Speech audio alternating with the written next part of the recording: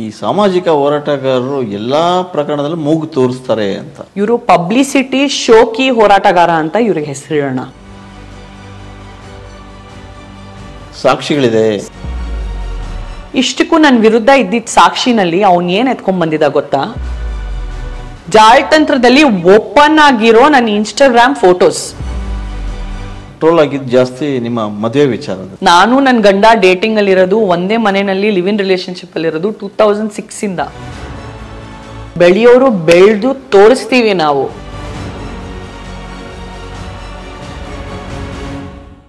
ಈ ಸಾಮಾಜಿಕ ಹೋರಾಟಗಾರರು ಎಲ್ಲಾ ಪ್ರಕರಣದಲ್ಲೂ ಮೂಗು ತೋರಿಸ್ತಾರೆ ಅಂತ.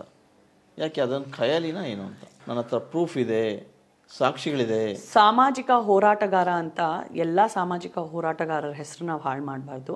ಇವರು ಪಬ್ಲಿಸಿಟಿ ಶೋಕಿ ಹೋರಾಟಗಾರ ಅಂತ ಇವ್ರಿಗೆ ಹೆಸರಿಡೋಣ. ಮೊದಲನೇದಾಗಿ ನಿಮಗೆ ತುಂಬ ಚೆನ್ನಾಗಿ ಗೊತ್ತು ನಾನು ಯಾರ ಬಗ್ಗೆ ಮಾತಾಡ್ತಾ ಇದ್ದೀನಿ. ಇಷ್ಟಕ್ಕೂ ನನ್ನ ವಿರುದ್ಧ ಇದ್ದಿದ್ದ ಸಾಕ್ಷಿನಲ್ಲಿ ಅವನು ಏನು ಎತ್ಕೊಂಡ್ ಬಂದಿದ್ದ ಗೊತ್ತಾ? ಅಲ್ಲಿ ಪೊಲೀಸರ ಹತ್ರ ಜಾಳ್ತಂತ್ರದಲ್ಲಿ ಓಪನ್ ಆಗಿರೋ ನನ್ನ ಇನ್ಸ್ಟಾಗ್ರಾಮ್ ಫೋಟೋಸ್. ಸೆಲೆಬ್ರಿಟಿ ಅನ್ನೋ ಒಂದಿಷ್ಟು ಫೋಟೋಸ್ ಇದೆ. ಈ ಡೇಟಲ್ಲಿ ಇವರು ಬಾಂಬೆನಲ್ಲಿ ಇದ್ದಾರೆ ನೋಡಿ, ಈ ಡೇಟಲ್ಲಿ ಇವರು ಕೊಲಂಬೋನಲ್ಲಿ ಇದ್ದಾರೆ ನೋಡಿ, ಈ ಡೇಟಲ್ಲಿ ಇವರು ಅಮೆರಿಕಾನಲ್ಲಿ ಇದ್ದಾರೆ ನೋಡಿ. ಅದು ನೀವು ನೋಡಿದ್ರೆ ಗೊತ್ತಾಗತ್ತೆ. ಹೌದು. ಅಂಡ್ ಅದನ್ನ ಇನ್ನ ಮ್ಯಾನಿಪ್ಯುಲೇಟ್ ಮಾಡೋದಕ್ಕೆ ಈ ಡೇಟಲ್ಲಿ ಬಾಂಬೆನಲ್ಲಿ ಡ್ರಗ್ಸ್ ಪಾರ್ಟಿ ಮಾಡ್ತಾ ಇದ್ದಾರೆ ಅಂತೆ. ಎಲ್ಲಿದೆ ಫೋಟೋನಲ್ಲಿ ಡ್ರಗ್ಸು? ಏನೂ ಇಲ್ಲ.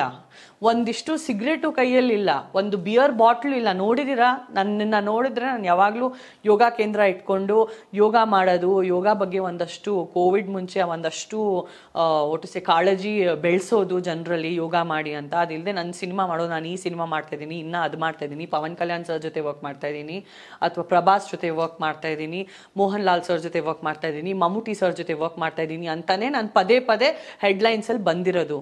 ಏನಾದರೂ ಒಂದು ಚೀಪಾಗಿ ನಾನು ಕಾಣಿಸ್ಕೊಂಡಿದ್ದೀನ ನಿಮ್ಮೆಲ್ಲರ ಮುಂದೆ? ಏನಾದರೂ ಒಂದು ಆರೋಪ ಪ್ರೂವ್ ಆಗಿದೆಯಾ ನನ್ನ ಮೇಲೆ? ಇಲ್ಲ. ಬಟ್ ಜೈಲ್ ಪಾರ್ ಆಗಿರೋರ್ನ ಈಗ ಮೊಬೈಲ್ ಇರಲ್ಲ ಸೆಲೆಬ್ರಿಟಿ ಕೈಯಲ್ಲಿ, ಆ್ಯಂಡ್ ಫ್ರೀಡಮಲ್ಲಿ ಮಾತಾಡೋ ಒಂದು ಅವಕಾಶ ಇರಲ್ಲ. ಬಿಕಾಸ್ ಜೈಲ್ ಪಾರ್ ಆದಾಗ ನಾವು ಏನು ಮಾತಾಡಂಗೆ ಇಲ್ಲ. ದ ಕೇಸಸ್ ಅಂಡರ್ ಟ್ರಯಲ್ ಅದನ್ನು ಎಷ್ಟು ಬಳಸ್ಕೊಂಡಿದ್ದಾರೆ ಅಂದರೆ ಆ ಒಂದು ಅವಕಾಶವನ್ನು. ಇನ್ನೇನು ಸತ್ತಿಲ್ಲ ನಾನು, ಆ ಭಗವಂತ ನನ್ನ ಕೈ ಹಿಡಿದ್ಬಿಟ್ಟು ಆಚೆ ಕರ್ಕೊಂಡ್ ಬಂದಿದ್ದಾನೆ. ನಮ್ಮ ಒಳ್ಳೆತನ ನಮ್ಮನ್ನ ಯಾವಾಗಲೂ ಕಾಪಾಡತ್ತೆ ವಿಜಯ್ ಸರ್. ಸಂಜನಾ ಗಲ್ರಾಣಿ ಫೌಂಡೇಶನ್ ಮೂಲಕ ನಾನು ಎಷ್ಟೋ ಜನರಿಗೆ ಎಷ್ಟು ವರ್ಕ್ ಮಾಡಿದೀನೋ ಅದು ನನಗೆ ಅವ್ರ ಆಶೀರ್ವಾದ. ಅವ್ರ ಕಣ್ಣಲ್ಲಿರೋ ಆ ನೀರು ಬರತ್ತಲ್ಲ, ನಾನು ಅವ್ರಿಗೆ ಹೆಲ್ಪ್ ಮಾಡಿದಾಗ ಆ ಒಂದು ಕಣ್ಣೀರು ನನ್ನ ಕಾಪಾಡಿಸಿದ್ದೆ, ಆ ಒಂದು ಮನ್ಸುಗಳ ಆಶೀರ್ವಾದ ನನ್ನನ್ನು ಕಾಪಾಡಿಸಿದ್ದೆ ತಪ್ಪ ನನಗೆ ಬೇರೆ ಯಾರು ಆಶೀರ್ವಾದನೂ ಬೇಕಾಗಿಲ್ಲ. ನನಗೆ ನಾನು ಸಹಾಯ ಮಾಡಿರೋರ ಆಶೀರ್ವಾದ ಇದೆಯಲ್ಲ ಅದೇ ನನಗೆ ಸಾಕು ಅಂತ ನನಗೆಲ್ಲೋ ಒಂದು ಕಡೆ ಅನಿಸಿದೆ. ದರ್ಶನ್ ಪ್ರಕರಣದಲ್ಲಿ ಎರಡು ಥರ ವಿಷಾದಗಳಿದೆ. ಒಂದು, ದರ್ಶನ್ ಯಾರೋ ಮಾಡಿದ್ದ ಇದಕ್ಕೆ ದರ್ಶನ್ ಹೋದ್ರು ಅನ್ನೋದು ಒಂದು ಮಾತು. ವಿನಾಕಾರಣ ರೇಣುಕಾಸ್ವಾಮಿ ಹತ್ಯೆ ಮಾಡಿದ್ರು ಹೇಳಕ್ಕೆ ಇಷ್ಟಪಡ್ತೀರಾ ನೀವು ಅಂತ? ನೋಡಿ, ಏನೇ ಒಂದು ಪ್ರಾಬ್ಲಮ್ ಆದರೂ ಹತ್ಯೆ ಮಾಡೋದು ಅದರ ಒಂದು ಪರಿಹಾರ ಅಲ್ಲ. ತುಂಬ ತುಂಬ ತಪ್ಪು. ಅವರ ಪರಿವಾರಕ್ಕೆ ನನಗೆ ನನ್ನ ಮನಸ್ಸಲ್ಲಿ ಅವ್ರ ಪರಿವಾರಕ್ಕೆ ತುಂಬ ತುಂಬ ಒಂದು ಕರುಣೆ ಇದೆ. ಆ್ಯಂಡ್ ಸರ್ಕಾರದಲ್ಲಿ ನಾನು ಕೈ ಮುಗಿದು ರಿಕ್ವೆಸ್ಟ್ ಮಾಡ್ತೀನಿ, ಆ ಒಂದು ಪ್ರೆಗ್ನೆಂಟ್ ಲೇಡೀಸ್ ಏನಿದಾರೋ ಏನಾದರೂ ಒಂದು ಅವರಿಗೆ ಗೌರ್ಮೆಂಟ್ ಜಾಬ್ ಕೊಟ್ಬಿಟ್ಟು ಅವ್ರಿಗೆ ಅವರ ಹಿರಿಯ ತಂದೆ ತಾಯಿ ಏನಿದಾರೋ ಮನೆಯಲ್ಲಿ ಅವರಿಗೆ ಒಂದು ಜೀವನ ಮಾಡೋ ರೀತಿ ಮಾಡಿಕೊಡಿ. ಆ ಒಂದು ಹೆಣ್ಣಿಗೆ ಸಪೋರ್ಟ್ ಮಾಡಿ. ತುಂಬಾ ಕೆಟ್ಟದಾಗಿದೆ ಅವ್ರ ಜೊತೆ. ಅಟ್ ದ ಸೇಮ್ ಟೈಮ್ ರೇಣುಕಾಸ್ವಾಮಿಯ ಈ ಒಂದು ಹತ್ಯೆಗೆ ಡೆಫಿನೆಟ್ಲಿ ನ್ಯಾಯ ಸಿಗಬೇಕು ಅಂತಲೂ ನಾನು ಹೇಳೋಕ್ಕೆ ಇಷ್ಟಪಡ್ತೀನಿ. ಪೊಲೀಸರು ತುಂಬ ಕಷ್ಟಪಟ್ಟಿದ್ದಾರೆ, ಹಗಲು ರಾತ್ರಿ ಒಂದು ಮಾಡಿಬಿಟ್ಟು. ಈ ಥರ ಆಗೋದ್ರೆ ತುಂಬ ಕಷ್ಟ ಆಗುತ್ತೆ. ನಾವು ನಮ್ಮ ಮನೆಯಲ್ಲಿ ಇಷ್ಟು ಆರಾಮಾಗಿ ಜೀವನ ಅನುಭವಿಸ್ತಾ ಇದ್ದೀವಿ ಅಂದರೆ it's because we are safe. ಯಾಕೆ ಸೇಫ್ ಇದ್ದೀವಿ? ನಮ್ಮ ಪೊಲೀಸ್ ಅಷ್ಟು ಸ್ಟ್ರಾಂಗ್ ಇದ್ದಾರೆ, ಹಾಗಾಗಿ. ಬಟ್ ಇಷ್ಟೆಲ್ಲ ಮಾಡಿದ್ದೀರಾ, ರೇಣುಕಾಸ್ವಾಮಿ ಅವರ ಒಂದು ಮರ್ಡರ್ನ ಕವರ್ ಮಾಡಲಿಕ್ಕೆ ಹಲವಾರು ಮರ್ಡರ್ ಕೇಸಸ್ ಇದೆ, ಸೆಲೆಬ್ರಿಟೀಸ್ ಇಲ್ಲದೆ ಇರೋದು. ಅದಕ್ಕೂ ಮಾಧ್ಯಮದವರು ಎಲ್ಲೋ ಒಂದು ಕಡೆ ಕೈ ಹಿಡಿಬೇಕು. ಬರೀ ಇಲ್ಲಿ ಒಂದು ಸೆಲೆಬ್ರಿಟಿ ಇದ್ದಾರಂತ ಈಗ ಅವ್ರು ಆಚೆ ಬಂದಿದ್ದು ಬೇಲ್ ಆಗಿಬಿಟ್ಟು ಇನ್ನೂ 1 ತಿಂಗಳು ಆಗೋ ತನಕ ಪ್ರತಿ ನಿಮಿಷ ಬೆಳಗ್ಗೆ 5 ಗಂಟೆಯಿಂದ ರಾತ್ರಿ 11 ಗಂಟೆ ನ್ಯೂಸ್ ಚಾನೆಲಲ್ಲಿ ಪರದಾಡ್ತಾ ಇರೋ ಒಂದೇ ಒಂದು ಹೆಸರು ಬಂದು 15 ನಿಮಿಷ ಬೇರೆ ಹೆಡ್ಲೈನ್ ಬರುತ್ತೆ, 16ನೇ ನಿಮಿಷ ತಿರ್ಗಾ ದರ್ಶನ್ ದರ್ಶನ್ ದರ್ಶನ್ ದರ್ಶನ್. ಸೊ ನಡೆದು ಹೋಗಿದೆ. ಬೇರೆ ಎಲ್ಲರಿಗೂ ಯಾರ್ಯಾರಿಗೆ ಒಂದು ನಿಜಕ್ಕೂ ಸಹಾಯದ ಅವಶ್ಯಕತೆ ಇದೆ ಅಲ್ಲೂ ಮಾಧ್ಯಮದವರು ಕೆಲಸ ಮಾಡಬೇಕು ಅಂತ ನಾನು ನಿವೇದಿಸ್ತೀನಿ. ಓಕೆ. ಎಲ್ಲ ಸರಿ ಸಂಜನಾ ಅವರು ಸೋಷಿಯಲ್ ಮೀಡಿಯಾದಲ್ಲಿ ತುಂಬ ಆ್ಯಕ್ಟಿವ್ ಆಗಿರ್ತಾರೆ. ಸೋಷಿಯಲ್ ಮೀಡಿಯಾಗೆ ಏನೇ ಹಾಕಿದರೂ ಕೂಡ ಅದಕ್ಕೆ ಒಂದು ಜನ ಪರವಾಗಿ ಮಾತಾಡ್ತಾರೆ, ಹೆಚ್ಚಾಗಿ ವಿರೋಧವಾಗಿ ಮಾತಾಡ್ತಾರೆ. ಅಂದರೆ ಕಾಮೆಂಟ್ಸ್, ಬ್ಯಾಡ್ ಕಾಮೆಂಟ್ಸೇ ಜಾಸ್ತಿ ಬರ್ತವೆ. ನಾನು ಕೂಡ ನಿಮ್ಮ ಫಾಲೋ ನೋಡ್ತಾ ಇರ್ತೀನಿ, ಬ್ಯಾಡ್ ಕಾಮೆಂಟ್ಸೇ ಜಾಸ್ತಿ ಬರ್ತವೆ. ಯಾಕೆ ಪದೇ ಪದೇ ಆರೋಪಗಳು ಇತ್ತಲ್ವಾ ವಿಜಯಜಿ, ಆರೋಪಗಳಿತ್ತು. ಈಗ ಆರೋಪ ಮುಕ್ತ ಆಗಿದ್ದೀರಲ್ವಾ? ಈಗ ಆರೋಪ ಮುಕ್ತ ಆಗಿದ್ದೀನಿ. ಈಗ ಕೆಟ್ಟ ಕಮೆಂಟ್ಗಳು ಕೂಡ ಮುಕ್ತ ಆಗಿವೆ.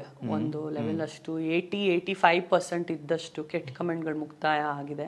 ನಾನೇ ಅಲ್ಲ, ಯಾರಾದ್ರೂ ಸಾಚಾ ನ್ಯಾಷನಲ್ ಅವಾರ್ಡ್ ವಿನ್ನರು ಆಗಿರ್ಲಿ, ಅವರು ನಾನು ನ್ಯಾಷನಲ್ ಅವಾರ್ಡ್ ಗೆದ್ದಿದ್ದೀನಿ ಅಂತ ಯಾರೋ ದೊಡ್ಡ ಹೀರೋಯಿನ್ ಬಾಲಿವುಡ್ ಅವರೇ ಆಗಿರ್ಲಿ ಬಂದು ಹಾಕಿದ್ರು ದುಡ್ಡು ಕೊಟ್ಟು ಅವಾರ್ಡ್ ತಗೊಂಡಿದ್ದೀರಾ ಅಂತ ಕೆಳಗೆ ಬರೆಯೋರು ಇರ್ತಾರೆ.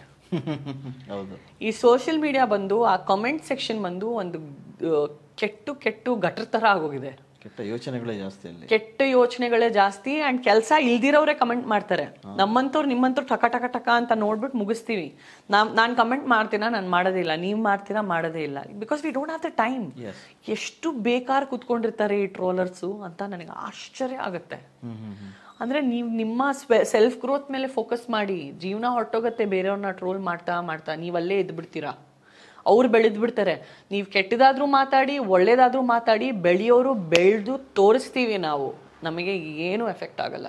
ಓಕೆ, ಈ ವಿಚಾರವಾಗಿನೇ ಟ್ರೋಲ್ ಆಗಿದ್ದು ಜಾಸ್ತಿ ನಿಮ್ಮ ಮದುವೆ ವಿಚಾರದಲ್ಲಿ. ಮದುವೆ ವಿಚಾರದಲ್ಲಿ ಟ್ರೋಲ್ ಅಂದರೆ ಒಬ್ಬ ಪ್ರತಿಯೊಬ್ಬನಿಗೆ ಮದುವೆ ಅನ್ನೋದು ಅವರವರ ವೈಯಕ್ತಿಕ ಇದು, ಪರ್ಸ್ನಲ್. ಯಾರನ್ನಾದ್ರೂ ಲವ್ ಮಾಡ್ಬೋದು, ಯಾರನ್ನ ಬೇಕಾದ್ರೂ ಮದುವೆ ಆಗ್ಬೋದು.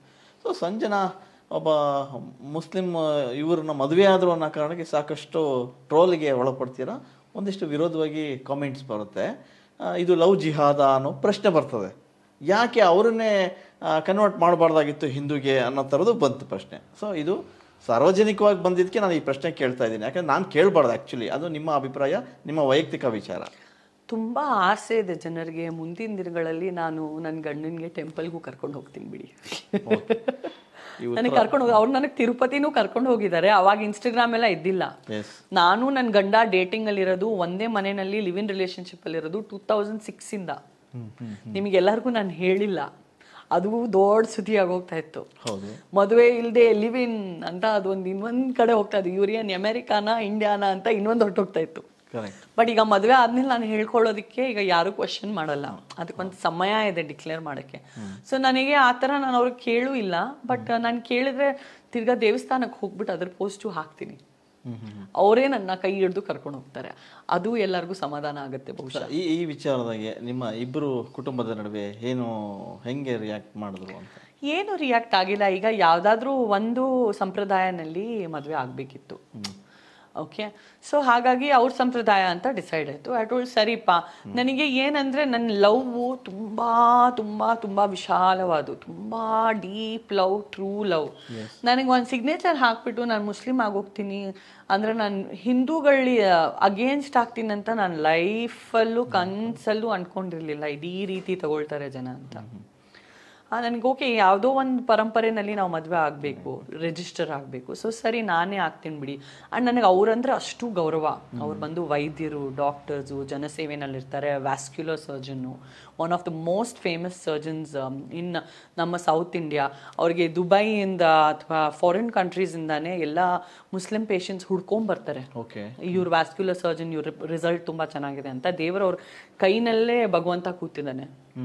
ಸೊ ನನಗೆ ಅವ್ರಂದ್ರೆ ಅವ್ರು ನನಗೆ ಯಾವತ್ತವರು ಎದ್ದು ಪಕ್ಕದಲ್ಲಿ ಕೂತ್ಕೊಳ್ಳಮ್ಮ ಅಂತಾನು ಹೇಳಿಲ್ಲ. ನಾನು 19 ವರ್ಷದಿಂದ ಅವ್ರ ಜೊತೆ ಇದ್ದೀನಿ. ಜೋರಾಗೂ ಮಾತಾಡಿಲ್ಲ. ಈಗಲೂ ಕೂಡ ಅವ್ರ ಆಚಾರ ವಿಚಾರ ಎಲ್ಲ ಕಲ್ತಿದ್ದೀರಿ. ಮೆಕ್ಕ ಕೂಡ ಹೋಗಿ ಬಂದಿದ್ದೀನಿ. ಆ ಬಗ್ಗೆ ಹೇಳಿ. ಈಗ ನೋಡಿ, ಮದ್ವೆ ಆದ್ರೆ ಈಗ ಜೊತೆಗೆ ಎಲ್ಲ ಕಡೆ ಹೋಗ್ಬೇಕು. That is true love. Right. So ಎಲ್ಲೆಲ್ಲಿ ಇಷ್ಟ ಆಗಿದೆಯೋ ಅಲ್ಲೆಲ್ಲ ಅವ್ರ ಜೊತೆ ನಾನು ಹೋಗ್ತೀನಿ. ಆ್ಯಂಡ್ ನಾನು ಅವ್ರಿಗೆ ಆ್ಯಕ್ಚುಲಿ ಸಾಯಂಕಾಲ ಒಂದು ಹೋಟೆಲ್ಗೂ ಹೋಗಿ ಬರ್ತೀನಿ ಅಂದರೆ ನಾನು ಬರ್ತೀನಿ ಜೊತೆಗೆ ಅಂತ ನಾನು ಹೋಗ್ತೀನಿ. ನಾನು ಆ ಥರ ನನ್ನ ನೇಚರು. ಅಷ್ಟು ಟ್ರೂ ಲವ್ ಇದೆ. ಟ್ರೂ ಲವ್ ಇದ್ದಾಗ ಇದು ಸಣ್ಣ ಪುಟ್ಟದು ಅಷ್ಟು ದೊಡ್ಡದು ಮಾಡ್ಕೊಳ್ಳೋ ಅವಶ್ಯಕತೆನೇ ಇಲ್ಲ ಅಂತ ನನಗನ್ಸುತ್ತೆ. ಓಕೆ, ಈಗ ಎಲ್ಲ ಮುಗಿದು ಮತ್ತೆ ಸಿನಿಮಾ ಅಂತೇಳಿ ಹಾದಿ ಹಿಡಿತಿದ್ದೀರಾ. ಈ ಸಿನಿಮಾ ವಿಚಾರವಾಗಿ ಹಸ್ಬೆಂಡ್ ಹೇಗಿದೆ? He is a very encouraging person. ನಾನು 2006 ಇಂದ ಅವ್ರ ಜೊತೆಗೆ ಇದ್ದೀನಿ. ಆ್ಯಂಡ್ ಯುನೋ ಅವ್ರು ಅರ್ಥ ಮಾಡ್ಕೊಳ್ತಾರೆ that she is a very passionate girl. She likes to work. ಅವ್ರಿಗೆ ಹೆಸರು ಮಾಡೋದು ತುಂಬ ಇಷ್ಟ. ಅವ್ರಿಗೆ ಕೆಲಸ ಮಾಡ್ತಾ ಇರೋದು ತುಂಬ ಇಷ್ಟ. ಅಡುಗೆ ಮನೆಯಲ್ಲಿ ಒಂದು ಟೊಮ್ಯಾಟೋನು ಕಟ್ ಮಾಡಲ್ಲ ನಾನು. ಸೊ ಇವರು ಅಡುಗೆ ಮನೆಯಲ್ಲಿ ಕೆಲಸ ಮಾಡೋ ಹುಡುಗಿನೇ ಇಲ್ಲ. ಇನ್ನ ಒಂದಷ್ಟು ನನ್ನ ಹೆಂಡತಿ ಟಾಮ್ ಬಾಯ್ ತರಾನೇ, ನಾನು ಅದು ಮಾಡಿ ತೋರಿಸ್ತೀನಿ ಇದು ಮಾಡಿ ತೋರಿಸ್ತೀನಿ ಅಂತ ಹುಡುಗರ ತರಾನೇ ಹೋಗ್ತಾ ಇರ್ತಾಳೆ. ನನಗೆ ಬರೀ ಬಾಯ್ಸೇ ಫ್ರೆಂಡ್ಸು, ನನಗೆ ಗರ್ಲ್ಸ್ ಫ್ರೆಂಡ್ಸೇ ಇಲ್ಲ. ಅಂದರೆ ನನಗೆ ವರ್ಕಲ್ಲೂ ನನಗೆ ಬರೀ ಬಾಯ್ಸೇ ಫೋನ್ ಮಾಡ್ತಾರೆ. ಯಾರೋ 9 o'clock ಈವ್ನಿಂಗು ಫೋನ್ ಮಾಡಿದ್ರೆ ಚೆನ್ನಾಗಿದ್ದೀರಾ ಅಂತ ನಾನು ಮಾತಾಡ್ಬಿಟ್ಟು ನನ್ನ ಗಂಡನಿಗೆ ಫೋನ್ ಕೊಡ್ತೀನಿ. ನನ್ನ ಫ್ರೆಂಡ್ಸೇ ಅವ್ರ ಫ್ರೆಂಡ್ಸು, ಅವ್ರ ಫ್ರೆಂಡ್ಸೇ ನನ್ನ ಫ್ರೆಂಡ್ಸು. ಆ್ಯಂಡ್ ನಮಗೆ ಒಬ್ರಿಗೊಬ್ರು ಅಭ್ಯಾಸ 2006 ಇದೆ. ಏನು ನೆನ್ನೆ ಬೆಳಗ್ಗೆ ನಾವು ಸಿಕ್ಕಿಲ್ಲ. ಸೊ ಅವ್ರಿಗೆ ನನ್ನ ಬಗ್ಗೆ ಏನು ಗೊತ್ತಿಲ್ಲದೆ ಇರೋದೇ ಇಲ್ಲ. ಅವ್ರ ಫೇಸ್ ಐ ಡಿನಲ್ಲಿ ನನ್ನ ಮೊಬೈಲು ಓಪನ್ ಆಗುತ್ತೆ, ನನ್ನ ಫೇಸ್ ಐ ಡಿಯಲ್ಲಿ ಅವ್ರ ಮೊಬೈಲು ಓಪನ್ ಆಗುತ್ತೆ. ಅಷ್ಟು ಅನುಕೂಲವಾಗಿ ಇಟ್ಕೊಂಡಿದೀವಿ ನಾವು. ನನ್ನ ಪಾಸ್ವರ್ಡ್ಸ್ ಅವ್ರಿಗೆ ಗೊತ್ತು, ಅವ್ರ ಪಾಸ್ವರ್ಡ್ಸ್ ನನಗೆ ಗೊತ್ತು. So we are that close. In fact ಕೆಲವೊಂದು ಜಾಗದಲ್ಲಿ ನಮ್ಮ ಪಾಸ್ವರ್ಡ್ಗಳು ಸೇಮ್ ಆಗಿದೆ. ಮಗನ ಹೆಸರೇ ಆಗಿರುತ್ತೆ ಅಥವಾ ಏನೇ ಒಂದು ಆ ಥರ ಮಗನ ಹೆಸರು ಜೊತೆ ಏನೋ ಆಗಿರುತ್ತೆ. ಸೊ ಅಷ್ಟು ಕ್ಲೋಸ್ ಇದೀವಿ ನಾವು. ಆ್ಯಂಡ್ ಅದರಿಂದ ಜಾಸ್ತಿ ನಮಗೆ ಜೀವನದಲ್ಲಿ ಅದರಿಂದ ದೊಡ್ಡ ಆಶೀರ್ವಾದ ನಮಗೆ ಬೇಡ ತಾನೆ. ಗಂಡ ಹೆಂಡತಿ ಚೆನ್ನಾಗಿದ್ರೆ ಒಂದು ಮನೆಯಲ್ಲಿ ನಮಗೆ ನಮ್ಮಲ್ಲೇ ಅಂಡರ್ಸ್ಟ್ಯಾಂಡಿಂಗ್ ಇದ್ರೆ ಐ ಥಿಂಕ್ ಅದು ದೇವರು ಕೊಟ್ಟಿದ್ದು ತುಂಬ ದೊಡ್ಡ ವರದಾನ ನನಗೆ. ಕೇಸಲ್ಲಿ ಹೋದಾಗ ಮನೆಯವರು ನಿಮಗೆ ಕೊಟ್ಟಂತ ಧೈರ್ಯ ಹೇಗಿತ್ತು? ಮನೆಯವರು ಮಾತ್ರ ಬಂದರು. ನಮ್ಮ ಮನೆಯವರು, ನಮ್ಮ ಅತ್ತೆ ಮನೆಯವರು ಬೆನ್ನಲ್ಲಿ ನೈಟ್ 11 o'clock ನಮ್ಮ ಹಶ್ಮತ್ ಪಾಷಾ ಲಾಯರ್ ಇದ್ದಾರೆ, ಅವ್ರು ತುಂಬಾ ದೊಡ್ಡ ಲಾಯರು. ಆ್ಯಂಡ್ ಇನ್ಫ್ಯಾಕ್ಟ್ ಕುಮಾರಸ್ವಾಮಿ ಸರ್ಗೂ ಅವರೇ ಲಾಯರ್ ಆಗಿರ್ತಾರೆ. ಆ ಥರ ತುಂಬಾ ಒಂದು ಪ್ರೀಮಿಯಮ್ ಲೆವೆಲ್ ಲಾಯರ್. ಅವ್ರು ಎಲ್ಲ ಕೇಸಸ್ಸು ತಗೊಳ್ಳಲ್ಲ. ಹೆಂಗೋ ನಮ್ಮ ಕೇಸ್ ಅವ್ರು ತಗೊಂಡ್ರು. ಆ್ಯಂಡ್ ರಾತ್ರಿ 11 ಗಂಟೆಗೇ ಅವ್ರು ಕರೆಯೋದು. ಬಿಕಾಸ್ ಅವ್ರು ಆಫೀಸ್ಗೆ ಇಳಿಯೋದೇ ನೈಟ್ 10 o'clock, 10 to 3 ವರ್ಕ್ ಮಾಡ್ತಾರೆ. ತಿರ್ಗಾ ಬೆಳಗ್ಗೆ 9 o'clock ಕೋರ್ಟಿಗೆ ಹೊರಟೋಗ್ತಾರೆ. ಸೊ ಹಶ್ಮತ್ ಪಾಷಾ ಹತ್ರ ಹೋಗೋದು 11 o'clock ನೈಟಿಂದ 2-3 ಗಂಟೆ ಬೆಳಗ್ಗೆ ತನಕ ಅಲ್ಲಿ ಕಾಯೋದು. ಹಿರಿಯರು ನನ್ನ ಅತ್ತೆ ಮನೆಯಿಂದ ನನ್ನ ಮಮ್ಮಿ ನನ್ನ ಪಪ್ಪ ಹೋಗಿ ಪರದಾಡ್ತಾಯಿದ್ರು, ಸಫರ್ ಆಗ್ತಾಯಿದ್ರು. ಆ್ಯಂಡ್ ಆಚೆ ನೋಡಿದ್ರೆ ಇವರೆಲ್ಲರೂ ಎಲ್ಲ ಊಹೆ ಪೂಹೆಗಳು ಬಳಸೋದು. ಅದು ಮಾಡಿದಾರಂತೆ, ಇದು ಮಾಡಿದಾರಂತೆ, ಹಿಂಗೂ ಇರ್ತಾರಂತೆ, ಹಂಗೂ ಇರ್ತಾರಂತೆ, ಜೈಲಲ್ಲಿ ಚಿಕನ್ ಬಿರಿಯಾನಿ ಬೇಕಂತೆ, ಮಟನ್ ಬಿರಿಯಾನಿ ಬೇಕಂತೆ. ಉಸಿರಾಡಕ್ಕೆ ಆಗ್ತಾ ಇರಲಿಲ್ಲ. ತಿನ್ನೋದು ತುಂಬ ದೂರದ ವಿಷಯ. ಬಿರಿಯಾನಿ ಎಲ್ಲಿಂದ ಸೇರುತ್ತೆ ಮೈಗೆ? ಕಣ್ಣಲ್ಲಿ ನೀರಿದ್ರೆ ಊಟ ಸೇರತ್ತಾ?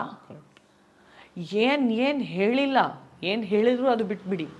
ಬಟ್ ಈ ಥರ ಕೈ ಹಿಡಿದಿದ್ದು ಬರೀ ಪರಿವಾರನೇ ಇವರೇ. ಬೇರೆಯವರೆಲ್ಲರೂ ನಾನು ಹೇಳ್ತಾ ಇದ್ದೀನಿ.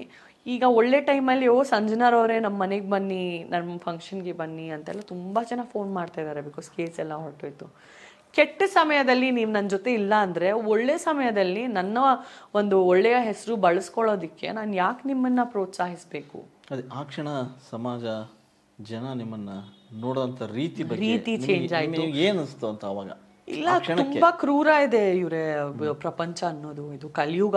ನಮಗೆ ಎಷ್ಟು ಎಷ್ಟು ಎಷ್ಟು ಕಮ್ಮಿ ಜನರ ಜೊತೆ ನಾವಿರ್ತೀವಿ ಅದು ಬೆಸ್ಟು. ಆ್ಯಂಡ್ ಯಾರ ಜೊತೆನೂ ದುಡ್ಡಿನ ವ್ಯವಹಾರ ಇಟ್ಕೊಬಾರ್ದು. ನಿಮ್ಮ ಹತ್ರ ದುಡ್ಡಿದೆಯಾ, ಒಂದು ಚಿಕ್ಕ ಮನೆ ಪರ್ಚೇಸ್ ಮಾಡ್ಕೊಂಡ್ಬಿಟ್ಟು ಅದರಲ್ಲಿ ನೆಮ್ಮದಿಯಾಗಿದ್ಬಿಡಿ. ಯಾರಿಗೂ ನಿಮಗೆ ದುಶ್ಮನ್ ಬೇಕಾ, ನೀವು ಅವ್ರಿಗೊಂದು 10,000 ಕೊಟ್ಬಿಡಿ. ಅವ್ರಿಗೊಂದು 10 ಸಲ ಕೇಳಾದ್ಮೇಲೆ ನೀವೇ ದುಶ್ಮನ್ ಆಗೋಗ್ತೀರಾ ಅಂತಾನು ನಾನು ಕಲ್ತ್ಬಿಟ್ಟಿದ್ದೀನಿ. ಇನ್ನು ನಾನು ಚೆಕ್ ಬೌನ್ಸ್ ಕೇಸ್ಗಳಲ್ಲಿ ನಾನು ಕೋರ್ಟಲ್ಲಿ ಪರದಾಡ್ತಾ ಇದ್ದೀನಿ. ತುಂಬ ಹ್ಯೂಜ್ ಅಮೌಂಟ್ಸ್ಗೋಸ್ಕರ ಚೆಕ್ ಬೌನ್ಸ್. ಬಟ್ ನಾನು ಕೊಟ್ಟಿದ್ದೆಲ್ಲ ಅಕೌಂಟಲ್ಲೇ ಕೊಟ್ಟಿರೋದ್ರಿಂದ ಆ ಭಗವಂತ ನನಗೆ ರಿಟರ್ನ್ ಕೊಡ್ತಾನೆ. ಓಕೆ, ಡ್ರಗ್ ಕೇಸ್ ಹೋದ್ರಿ ಬಂದ್ರಿ, ಒಂದಿಷ್ಟು ನಿರಾಳತೆ ಸಿಕ್ತು, ಕೋರ್ಟ್ ಕೂಡ ಕ್ಲೀನ್ ಚಿಟ್ ಕೊಟ್ಟಿದೆ. ಇಷ್ಟೆಲ್ಲ ನಡುವೆ ಈಗ ಮತ್ತೆ ಹೊಸ ಜರ್ನಿ ಶುರು ಮಾಡ್ತಾ ಇದ್ದೀರಿ. ಮತ್ತೆ ಅಗೇನ್ ಸಿನಿಮಾ. ಸೊ ಈ ಕಲರ್ಫುಲ್ ಲೋಕಕ್ಕೆ ನೀವು ಎಂಟ್ರಿ ಆಗ್ತಾಯಿದ್ದೀರ. ಮತ್ತು ನಿಮ್ಮ ಬರೋ ಎಂಟ್ರಿ ಹೇಗಿದೆ? ಆ ಪಾತ್ರಗಳ ಆಯ್ಕೆ ಮತ್ತು ಕತೆ ಆಯ್ಕೆ ಎಲ್ಲ ಹೇಗಿರುತ್ತೆ ಅಂತ? ನನಗೆ ಒಂದು ಸ್ಟ್ರಾಂಗ್ ಪಾತ್ರ, ಒಂದು ಸ್ಟ್ರಾಂಗ್ ತಂಡ ಸಿಗೋ ತನಕ ನಾನು ಅರ್ಜೆಂಟಾಗಿ ರಿಟರ್ನ್ ಬರಲ್ಲ. ಕಾಣಿಸ್ಕೊಳ್ಬೇಕು, ನಾನು ಸಿನಿಮಾನಲ್ಲಿ ಇರಲೇಬೇಕು, ನನಗೆ ಅರ್ಜೆನ್ಸಿ ಇಲ್ಲ. ನನಗೆ ಸ್ಟ್ರಾಂಗ್ ಪಾತ್ರ, ಸಮಾಧಾನ ಆಗಿದ್ದ ಒಂದು ಬ್ಯೂಟಿಫುಲ್ ಆದ ತಂಡ ಸಿಕ್ಕಿದ್ರೆ, ಸ್ಟ್ರಾಂಗ್ ಪ್ರೊಡ್ಯೂಸರು ಮತ್ತು ಆಲ್ರೆಡಿ ಒಂದು ಅನುಭವ ಇದ್ದಿದ್ದ ಡೈರೆಕ್ಟರ್ ನನಗೆ ಸಿಕ್ಕಿದ್ರೆ ನನ್ನ ಮಗನ್ನ ಹಿಂಗೆ ತೊಡೆ ಮೇಲೆ ಎತ್ಕೊಂಡ್ಬಿಟ್ಟು ಶೂಟಿಂಗ್ ಬರ್ತಾ ಇರ್ತಿದ್ವಿ. ಓಕೆ, ಸಂಜನಾ ಅವ್ರಿಗೆ ಎಲ್ಲ ಇದೆ ಅಂದರೆ ನೀವು ಆಗಲೇ ಹೇಳ್ತಿದ್ರಿ, ನನಗೆ ಎಲ್ಲದೂ ಸಿಕ್ಕೋಯ್ತು, ಒಳ್ಳೆ ಗಂಡ, ಒಳ್ಳೆ ಫ್ಯಾಮಿಲಿ, ಎಲ್ಲದೂ ಓಕೆ. ಪ್ರೊಡಕ್ಷನ್ಗೆ ಏನಾರು ಬರೋ ಐಡಿಯಾಸ್ ಇದೆಯಾ? ನನಗೆ ಒಂದೇ ಸ್ವಂತ ಮನೆ ಇರೋದು ಇವರೇ. ಮಾರು ಬರಲ್ಲ ಅಂತೀರಾ? ಅಲ್ಲ, ಸಿನಿಮಾ ಅಂತ ತಕ್ಷಣ ನನಗೆ ಒಂದು 20 ಸ್ವಂತ ಮನೆ ಇದ್ದಿದ್ರೆ ಬರ್ತಾ ಇದೆ. ಅಂದರೆ ನೀವು ಹೇಳೋದಂದ್ರೆ ಮನೆ ಮಾರ್ಕೊಂಡು ಸಿನಿಮಾ ಮಾಡೋದಂತ ಆ ಪರಿಸ್ಥಿತಿನೂ ಬಂದ್ಬಿಡುತ್ತೆ. ನಾವು ಪ್ರೊಡಕ್ಷನ್ ಅಲ್ಲಿ ಇಳಿದ್ರೆ ಆ ಪರಿಸ್ಥಿತಿನೂ ಬಂದ್ಬಿಡುತ್ತೆ. ಅಂದ್ರೆ ಈಗಿನ So ನಾನು ಸಿನಿಮಾದ ನನಗಿರೋ ಒಂದೇ ಪ್ರೀತಿಯ ಈ ಒಂದು ಗೋಡೆಯಲ್ಲಿ ಒಂದೊಂದು ಇಟ್ಟಿಗೆ ಮೇಲೆ ನನ್ನ ರಕ್ತ ಮತ್ತೆ ನನ್ನ ಬೆವರು ಸುರ್ದಿ ನಾನು ಮಾಡಿದ್ದೀನಿ, ನಾನು ನನ್ನ ಗಂಡ ಸೇರ್ಕೊಂಡು ಅಂತ ಹೇಳಿದ್ರು ತಪ್ಪಿಲ್ಲ. ಸೊ ಆ ಬೆವರು ಮತ್ತೆ ಆ ರಕ್ತ ನಾನು ಬೀದಿಯಲ್ಲಿ ಚೆಲ್ಲಿಕ್ಕಾಗಲ್ಲ. ಓಕೆ, ತುಂಬಾ ಭಾವನೆಗಳಿದೆ ಇಲ್ಲಿ ಮನೆಯಲ್ಲಿ. ಎಸ್, ಅದಿದು ನನ್ನ ಮಗನ ಮನೆ ಆಗ್ಬೇಕು ಮುಂದಕ್ಕೆ ಹೋಗಿ. ಸೊ ಅಟ್ಲೀಸ್ಟ್ ಇದಾದ್ರೂ ಮಾಡಿ ಇಡಬೇಕು ನಾನು. ನಿಮ್ಮ ಪ್ರಕಾರ ಸಿನಿಮಾ ಅಂದ ತಕ್ಷಣ ಯಾಕೆ ಆ ಯೋಚನೆ ಮಾಡ್ತೀರಾ ಮನೆ ಮಠ ಮಾರೋದು ಅಂತ? ತುಂಬಾ ಗತ್ತಿರ್ಬೇಕು, ಕೋಟಿ ಕೋಟಿ ಗಟ್ಲೆ ಬಂಡವಾಳ ಹಾಕ್ಬೇಕು, ಹಿಟ್ಟಾದ್ರೆ ದುಡ್ಡು ರಿಟರ್ನ್ ಬರುತ್ತೆ, ಫ್ಲಾಪ್ ಆದ್ರೆ ರಿಟರ್ನ್ ಬರಲ್ಲ, ಎಷ್ಟು ರಿಸ್ಕು ನಮ್ಮ ಪ್ರೊಡ್ಯೂಸರ್ಸು. ಮತ್ತೆ ದುಡ್ಡು ಕಮ್ಮಿ ಆಗೋಗತ್ತೆ, ಪ್ರೊಡಕ್ಷನ್ ಕಾಸ್ಟ್ ಜಾಸ್ತಿ ಆಗೋಗತ್ತೆ, ಇಂಟ್ರೆಸ್ಟ್ ಅಲ್ಲಿ ದುಡ್ಡು ತಗೊಬೇಕು, ಇಂಟ್ರೆಸ್ಟ್ ಕಟ್ಟಬೇಕು. ದುಡ್ಡಿದ್ರೆ ಮಾತ್ರ ಮಾಡ್ಬೇಕು, ಇಲ್ಲಾಂದ್ರೆ ಬೇಡ ಅಂತ. ಎಕ್ಸ್ಟ್ರಾ ದುಡ್ಡಿದ್ರೆ ಮಾತ್ರ ಮಾಡ್ಬೇಕು, ಇಲ್ಲಾಂದ್ರೆ ಬೇಡ. ಅಂದ್ರೆ ಸುಮ್ಮನೆ ಕಟ್ಗೆಗಳಲ್ಲಿ ಇಟ್ಟಿದ್ದೀರಾ, ಬ್ಯಾಂಕಲ್ಲಿ ದೊಡ್ಡ ದೊಡ್ಡ FDs ಇದೆ, ಅದು ಇಲ್ಲದೆ ಇದ್ರೂ ನಿಮಗೆ ಜೀವನದಲ್ಲಿ ಏನು ವ್ಯತ್ಯಾಸ ಆಗಿಲ್ಲ ಅಂದ್ರೇನೆ ಮಾಡಬೇಕು. ಅಲ್ಲ, ನೀವು ಕೂಡ ಹೀರೋಯಿನ್ ಆಗಿದ್ದು ಅದೇ ಕಾರಣಕ್ಕೆ ಅಲ್ವಾ? ಬೇರೆಯವ್ರು ಕರೆದಾಗಲೇ ಅವಕಾಶ ಕೊಟ್ಟಾಗಲೇ ತಾನೆ ಹೀರೋಯಿನ್ ಆಗಿದ್ದು. ನಿಜ, ಹೌದು. ಸೊ ಹೀರೋಯಿನ್ ಆಗೇ ಇರ್ತೀನಿ, ಪ್ರೊಡ್ಯೂಸರ್ ಮಾತ್ರ ಆಗಲ್ಲ. ನನಗೆ ಅಷ್ಟು ಗತ್ತಿಲ್ಲ ಇವರೇ, ಅದೇ ಅಷ್ಟು ಗತ್ತಿಲ್ಲ ನನಗೆ. ಓಕೆ, ಮುಂದಿನ ದಿನಗಳಲ್ಲಿ ಪ್ರೊಡಕ್ಷನ್ ಮಾಡೋ ಲೆವೆಲ್ಲಿಗೆ ಆದರೂ ಬರಲಿ. ಎಸ್, ಇಷ್ಟೊತ್ತು ಸಂಜನಾ ಗಲ್ರಾನಿ ಅವರು ತಮ್ಮ ಲೈಫ್ ಜರ್ನಿ ಬಗ್ಗೆ ಒಂದಿಷ್ಟು ಮಾತಾಡಿದರು. ಅಂದರೆ ಸಿನಿಮಾದ ಆರಂಭದಿಂದ ಹಿಡಿದು ಅಂತ್ಯದವರೆಗೂ, ಅಂದರೆ ಅಂತ್ಯ ಆಗಿಲ್ಲ, ಸಿನಿಮಾ ಇನ್ನೂ ಶುರು ಮಾಡ್ತಾ ಇದ್ದಾರೆ, ಅದರ ನಡುವೆ ಬಂದಂಥ ಸಮಸ್ಯೆಗಳು, ಘಟನೆಗಳು, ದುರಂತಗಳು, ಏರಿಳಿತಗಳು, ಬದುಕಲ್ಲಿ ಯಾರ್ಯಾರು ಕೈ ಹಿಡಿದ್ರು, ಯಾರ್ಯಾರು ದೂರಿದ್ರು ಅನ್ನೋ ಬಗ್ಗೆ ಎಲ್ಲ ಮಾತಾಡಿದರು. ವಿಶೇಷವಾಗಿ ಸಿನಿಮಾ ಕಾಳಜಿ ಇರ್ತಕ್ಕಂಥ ಸಂಜನಾ ಮತ್ತೆ ಸಿನಿಮಾ ಕಡೆ ಮುಖ ಮಾಡ್ತೀನಿ ಅಂತ ಹೇಳಿದ್ದಾರೆ. ಸೊ ಒಟ್ಟಾರೆ ಇದು ಇವತ್ತಿನ ವಿಶೇಷ. ಮೇಡಮ್, ಇಷ್ಟೊತ್ತು ನಮ್ಮ ಜೊತೆ ನಿಮ್ಮೆಲ್ಲ ಭಾವನೆಗಳನ್ನು ಹಂಚ್ಕೊಂಡ್ರಿ. ನಮಸ್ಕಾರ. Thank you.